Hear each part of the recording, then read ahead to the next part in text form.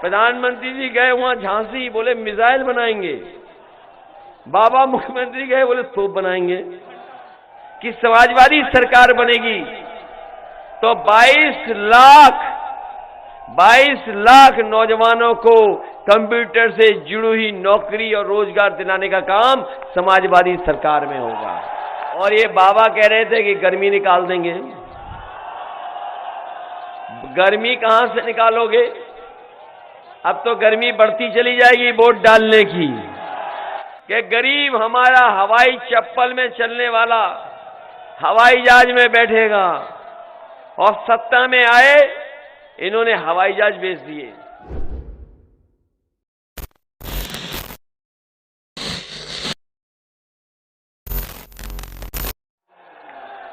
ये बीजेपी वाले एबीसीडी बहुत पढ़ रहे हैं आजकल। इनके नेताओं के भाषण सुनो तो एबीसीडी, कभी जैम, कभी एसपी का फुल फॉर्म निकाल रहे हैं। हमारे किसानों को अपने खेतों की रखवाली करनी पड़ रही। गौशाला जो बनी थी उसमें जो हमारी गाय की सेवा होनी चाहिए थी, न भूसा दे पाई, और हजारों करोड़ रुपए का बजट लगाया, लेकिन गाय मां भूखी होकर के भी जान दे गई। हमारे बाबा मुख्यमंत्री का सबसे प्रिय जानवर है, उसे भी अभी तक नहीं हटा पाए। सड़कों पे घूम रहा है या खेतों में घूम रहा है? बताओ, फसल बर्बाद हो रही है जानवरों से क्या नहीं हो रही? इसलिए हम आपसे कहना चाहते हैं, ये सरकार अब जाने वाली है। अब इस सरकार को कोई रोक नहीं सकता। पहले चरण में, दूसरे चरण में इस भारतीय जनता पार्टी का सफाया हो चुका है। पहले चरण में ही पीछे रह, और जैसे जैसे वोट पड़ता जा रहा है इनके नेता सुन्न होते चले जा रहे हैं। सुन्न इसलिए हो रहे हैं क्योंकि इन्हें समझ में नहीं आ रहा कि जनता क्या चाहती है। और आते आते देख लेना, जिस समय उन्नाव की जनता वोट डालेगी, उन्नाव से ये लोग शून्य हो जाएंगे।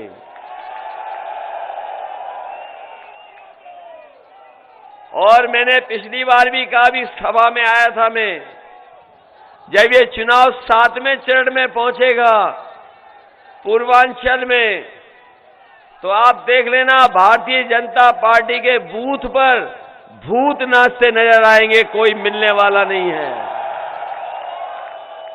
और इसलिए क्योंकि इन्होंने जनता को धोखा दिया है। ये वही लोग हैं जिन्होंने कहा कि गरीब हमारा हवाई चप्पल में चलने वाला हवाई जहाज में बैठेगा, और सत्ता में आए इन्होंने हवाई जहाज बेच दिए। हवाई जहाज जहां खड़े होते थे वो हवाई अड्डे बेच दिए, पानी के जहाज बेच दिए, बंदरगाह बेच दिया, रेलवे की रेलगाड़ियां बेच दी, और आप पता कर लेना रेलवे स्टेशन भी बिकने लगे हैं।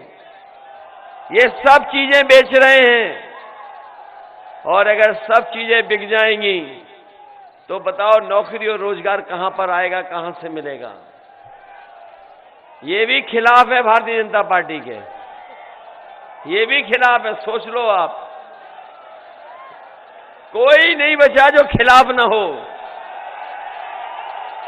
आपने देखा हो सड़कों पर, मोहल्लों में, ये 100 नंबर थी तो पुलिस ठीक थी, जब से पुलिस को 112 कर दिया पुलिस भी कबाड़ा हो गई। दिखाओगे डीजल पेट्रोल महंगा हो गया कि नहीं महंगा हो गया? ये आ गए सरकार में तो 200 रुपए का बिकेगा पेट्रोल, 200 रुपए लीटर का। बताओ, डीजल पेट्रोल महंगा। और ये अभी कुछ दिन पहले डोर टू डोर प्रचार कर रहे थे, घर घर जाके प्रचार कर रहे थे, और इनके बड़े नेता हैं वो थूक लगा करके पर्चा बांट रहे थे। और जैसे ही इन्होंने जनता का आक्रोश देखा है, अब ये डोर टू डोर नहीं प्रचार कर पा रहे हैं, अब ये दूर दूर से प्रचार कर रहे हैं। अब नहीं जा पा रहे हैं क्योंकि इन्होंने जो सिलेंडर दिए थे, बताओ सिलेंडर की कीमत कहां पहुंच गई है? कहां पहुंच गई अब सिलेंडर? जब दिया था तो 400 रुपए का दिया। ये गरीबों को समझते हैं कि गरीब समझता नहीं है। ये गरीबों को भी धोखा देने वाले हैं कि आप फ्री देंगे और आपको सिलेंडर दे दिया, और बाद में बताओ सिलेंडर भराने के लिए कुछ पैसा दिया हो तो बता दो। कीमत बढ़ा दी। इसलिए याद कीजिए इनकी एक एक बात। इनके जो छोटे नेता हैं वो छोटा झूठ बोल रहे हैं, और जो बड़े नेता हैं वो बड़ा झूठ बोल रहे हैं, और जो सबसे बड़े नेता हैं वो सफेद झूठ बोल रहे हैं। बताओ सफेद झूठ बोलते हैं कि नहीं बोलते हैं ये लोग? याद कीजिए वो नोटबंदी का समय, कहा था कि रुपया अगर बंद हो जाएगा ये तो आतंकवाद भी खत्म हो जाएगा और भ्रष्टाचार भी खत्म हो जाएगा। सबने रुपया जमा करा दिया। बताओ भ्रष्टाचार खत्म हो गया क्या? क्या भारत का काला धन वापस आ गया? इसलिए हम आपसे निवेदन करने हैं कि उत्तर प्रदेश को बचा लो। आप बचाओगे कि नहीं बचाओगे? नौजवान मैं कह रहा हूं, और नारे लगाते लगाते आगे मत आ जाना। यहां कैच करने वाला कोई नहीं है।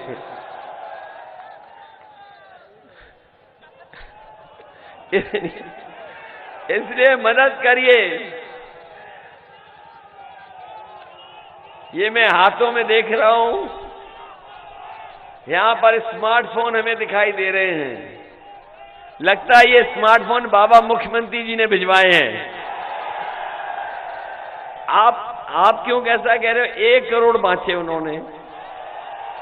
1 करोड़ कहा कि हमने 1 करोड़ स्मार्टफोन बांट दिए।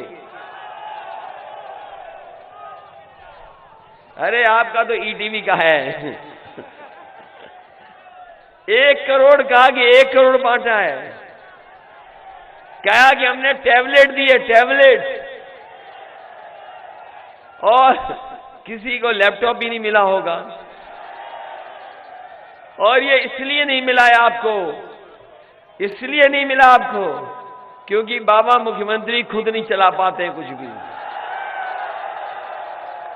ये इतने बड़े झूठे हैं कि इन्होंने जब तस्वीर लगाई आज के जमाने के हिसाब से, एक तस्वीर लगा दी इन्होंने फेसबुक पर, जिसमें खुद पूरब देख रहे हैं और जनता पश्चिम देख रही है,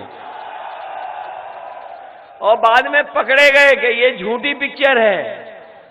बताओ पकड़े गए कि नहीं पकड़े गए? इन्हें अपनी भीड़ की भी झूठी तस्वीर लगानी पड़ रही है। तब पता लगा कि बाबा मुख्यमंत्री को ये मोबाइल भी चलाना नहीं आता है, स्मार्टफोन भी चलाना नहीं आता। इसलिए इस ऐसी सरकार को हटाओगे कि नहीं हटाओगे? और इसलिए हम हटवाना चाहते हैं कि आज के जमाने के हिसाब से जो पढ़ाई है और आज के जमाने के हिसाब से जो रोजगार और नौकरियां हैं, ये बड़ी संभावनाएं हैं कि जो आईटी का सेक्टर है, कंप्यूटर का सेक्टर है, इंटरनेट का सेक्टर है, इसमें हमारे नौजवानों को बड़ी बड़ी नौकरियां मिल सकती हैं, बड़े बड़े रोजगार मिल सकते हैं, और उसमें वेतन भी अच्छा है, वेतन की शुरुआत भी अच्छी है। इसलिए समाजवादी पार्टी ने तय किया है कि समाजवादी सरकार बनेगी तो 22 लाख नौजवानों को कंप्यूटर से जुड़ी हुई नौकरी और रोजगार दिलाने का काम समाजवादी सरकार में होगा। क्योंकि मोबाइल पे आज जहां जानकारी है, जहां मोबाइल पे हर तरह की जानकारी है, वहीं लोग कारोबार भी करने लगे हैं। और कारोबार के साथ साथ अगर आपको कोई चीज खरीदनी है, आप मोबाइल के माध्यम से खरीद सकते हैं। अगर कोई चीज शहर में खाने पीने की मंगानी है तो मोबाइल के माध्यम से मंगा सकते हैं। इसलिए 12वें के बाद अगर हमें ऐसी भी इंस्टीट्यूशन बनानी पड़ी जहां ट्रेनिंग करा करके, चाहे 6 महीने की ट्रेनिंग करानी पड़े, 6 महीने की ट्रेनिंग कराने के बाद अगर हमारे 10th पास बच्चों को, 12th पास बच्चों को अगर अच्छी रोजगार मिल जाएगी तो हम समाजवादी पार्टी के लोग उस तरीके से ट्रेनिंग दिला करके अपने नौजवानों को रोजगार दिलाने का काम करेंगे। और ये बाबा कह रहे थे कि गर्मी निकाल देंगे। गर्मी कहां से निकालोगे? अब तो गर्मी बढ़ती चली जाएगी वोट डालने की। और जो गर्मी निकालने की बात कर रहे थे, मैं कह के जा रहा हूं नौजवानों, सरकार बनेगी तो फौज में नौकरी और पुलिस में नौकरी और 11 लाख अपने सरकारी पदों को भरने का काम करेंगे। और अपने नौजवानों को कह के जा रहे हैं, जिनकी उम्र की सीमा बढ़ गई है, जिनकी उम्र बढ़ गई है, क्योंकि कोरोना के समय पर कोई परीक्षा नहीं हो पाई, कोई नौकरी का इंतजाम नहीं हो पाया, अगर उनकी उम्र की सीमा भी हमें बढ़ानी पड़ी तो समाजवादी सरकार में उम्र की सीमा बढ़ा करके अपने नौजवानों को नौकरी रोजगार दिलाएंगे। और इनके भाषण सुने आपने, बीजेपी के भाषण? चुनाव हो रहा उन्नाव में बात कर रहे आतंकवाद की। अरे यहां पे किसानों को खाद चाहिए, नौजवानों को नौकरी चाहिए, और अगर हमारी फसल तैयार हो जाए तो सरकार हमें अच्छी खरीद ले फसल को, ये चाहिए। और बीजेपी के लोग बताओ आतंकवाद। इसलिए बताओ इन झूठे लोगों को सबक सिखाओगे कि नहीं सिखाओगे? समाजवादी पार्टी ने तय किया है कि 300 यूनिट बिजली के लिए कोई बिल नहीं देना पड़ेगा आपको। इधर बीजेपी ने इतनी बिजली का बिल बढ़ाया है कि आप कल्पना नहीं कर सकते। जब बिल आता है तो हमारे गरीबों को करंट लग जाता है।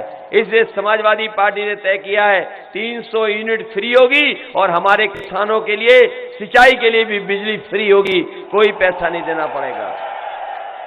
हमारी माताओं बहनों को पेंशन नहीं दे पाई है सरकार। अभी मैं अखबार का आज विज्ञापन देख रहा था, ये तो योजनाओं में भी निकल कर लेते हैं, ये बीजेपी के लोग योजनाओं में भी निकल कर रहे हैं। आज आपने देखा होगा विज्ञापन, कह रहे 1500 रुपए हम पेंशन देंगे। ये तो पेंशन समाजवादियों ने तय की थी।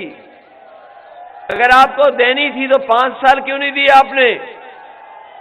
जैसे ही समाजवादियों ने तय किया कि 1500 पेंशन देंगे अपनी माताओं बहनों को और सबकी पेंशन 1500 करने का काम करेंगे, तब से इन्होंने भी कहा 1500 पेंशन देंगे। आखिरकार क्या करते रहे इतने दिन? और फिर कहते हैं कि बिजली का, कहां से बिजली फ्री दे देंगे? हमारे बाबा मुख्यमंत्री पिछले कई महीनों से बिजली के कारखाने का नाम रट रहे थे, आज तक नहीं रट पाए। अब परमानेंट छुट्टी हो जाएगी उनकी और घर बैठ करके, वहां पर बैठ करके गोरखपुर में खूब रटना नाम। और जब से 300 यूनिट बिजली का वादा किया है तब से बीजेपी के लोगों की बिजली गुल हो गई है और उनका ट्रांसफार्मर फूक गया है। मैं आपसे कहना चाहता हूं, ये जितनी भी बिजली आज मिल भी रही है, ये समाजवादियों की सरकार में बने हुए कारखाने वही बिजली दे रहे हैं। बाबा जी ने एक भी कारखाना बिजली का नहीं लगाया। आप चेक कर लो, सबके पास इंटरनेट है, गूगल है, मोबाइल है, आप पता कर लो, सब पढ़े लिखे हैं, जागरूक लोग हैं। आज के समय पर कोई किसी को धोखा नहीं दे सकता है। अगर किसी ने कुछ कहा, तुरंत हमारा नौजवान मोबाइल पर टाइप करता है, देख लेता कि सच क्या है। बताओ इन्होंने बेरोजगारी बढ़ाई कि नहीं बढ़ाई? महंगाई बढ़ाई कि नहीं बढ़ाई? जब किसानों को बर्बाद कर दिया, सबको बर्बाद कर दिया, तो इन्हें उत्तर प्रदेश से हटाओगे कि नहीं हटाओगे? ये तभी हटेंगे जैसे हम वोट डाल करके आए हैं। साइकिल पर बटन दबा करके ही हटेंगे। बताओ आप लोग हटाओगे या नहीं हटाओगे? इसलिए आप सबका विशेष धन्यवाद और आभार प्रकट करता हुआ इस उम्मीद से कि जब आप लोग वोट डालेंगे तो अपनी परेशानियों और तकलीफों को देख करके और जिस तरीके से बीजेपी के लोगों ने किसान से लेकर के हर वर्ग को धोखा दिया है, उन सब चीजों को याद रखेंगे। वो समय भी याद करेंगे कि जब बीमारी थी सरकार ने आपको अनाज छोड़ दिया था, कोई मदद कर रहा था तो आपकी एम्बुलेंस मदद कर रही थी। हमारी पुलिस जो 100 नंबर का 112 कर करके इसको भी बर्बाद कर दिया और बड़े बड़े सपने दिखाए कि यहाँ पे कारखाने लगेंगे, यहाँ पे डिफेंस कॉरिडोर बनेगा, यहाँ पर मिसाइल बनेगी, यहाँ पर तोप बनेगी। बताओ कहीं तोप बनी हो तो बता दो। प्रधानमंत्री जी गए वहां झांसी, बोले मिसाइल बनाएंगे। बाबा मुख्यमंत्री गए, बोले तोप बनाएंगे।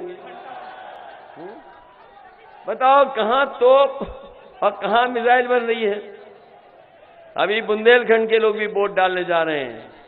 इस बार इनको 0 कर देंगे बुंदेलखंड के लोग, देख लेना।